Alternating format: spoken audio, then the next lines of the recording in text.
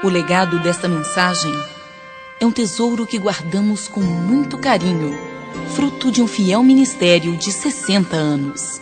Com vocês, a voz de Roberto Rabelo, com o tema Estava Perdido e Foi Achado. Certo homem, assim se inicia a parábola que estamos considerando, tinha 2 filhos. E o mais moço deles disse ao pai: dá-me a parte que me cabe dos bens. E ele lhes repartiu os haveres. Passados não muitos dias, o filho mais moço, ajuntando tudo o que era seu, partiu para uma terra distante e lá dissipou todos os seus bens, vivendo dissolutamente. São Lucas 15, 11 a 13. Na terra longínqua, o moço dissipou todos os seus bens, vivendo dissolutamente. O caminho do pecado é o caminho onde o homem gasta, dissipa os bens que Deus lhe deu, a vida, a saúde, a inteligência, os talentos. Ele emprega prodigamente no seu próprio interesse o que o céu lhe deu para glorificar a Deus e fazer o bem ao próximo. Entregando-se às paixões da carne, à cobiça, à sensualidade, ele empobrece espiritualmente, degrada-se. Depois de ter consumido tudo, sobreveio àquele país uma grande fome e ele começou a passar necessidade. Então ele foi e se agregou a um dos cidadãos daquela terra e este o mandou para os seus campos a guardar porcos. Ali desejava ele fartar-se das alfarrobas que os porcos comiam, mas ninguém lhe dava nada. Versículos 14 a 16. Os bens do moço devem ter-lhe parecido inesgotáveis. Ele os gastou generosamente, sem se preocupar com reposição. Mas agora eles acabaram, súbita e inesperadamente. Para agravar a situação, houve uma fome na terra. Os amigos dos bons tempos desapareceram, e ele começou a passar necessidade. Para os judeus, dificilmente poderia haver ocupação mais indigna que a de cuidar de porcos. Isso significa que o moço desceu ao mais baixo na escala do pecado. O pecado, a separação de Deus, degrada, avilta o homem.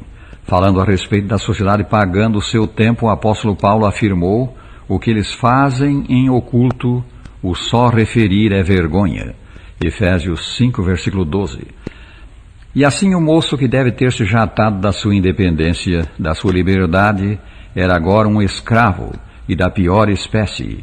Cumpriram-se nele as palavras da Escritura referentes ao homem que se aparta de Deus, com as cordas do seu pecado será detido. Provérbios 5, 22. Achando-se em tal condição, a pior a que podia chegar, ele caiu em si. Então, caindo em si, disse: quantos trabalhadores de meu pai têm pão com fartura, e eu aqui morro de fome. Levantar-me-ei e irei ter com meu pai, e lhe direi: Pai, pequei contra o céu e diante de ti. Já não sou digno de ser chamado teu filho. Trata-me como um dos teus trabalhadores. São Lucas 15, 17 a 19. E levantando-se, prossegue a história, foi para seu pai. Vinha ele ainda longe quando seu pai o avistou e, compadecido dele, correndo, o abraçou e beijou. Que desfecho maravilhoso!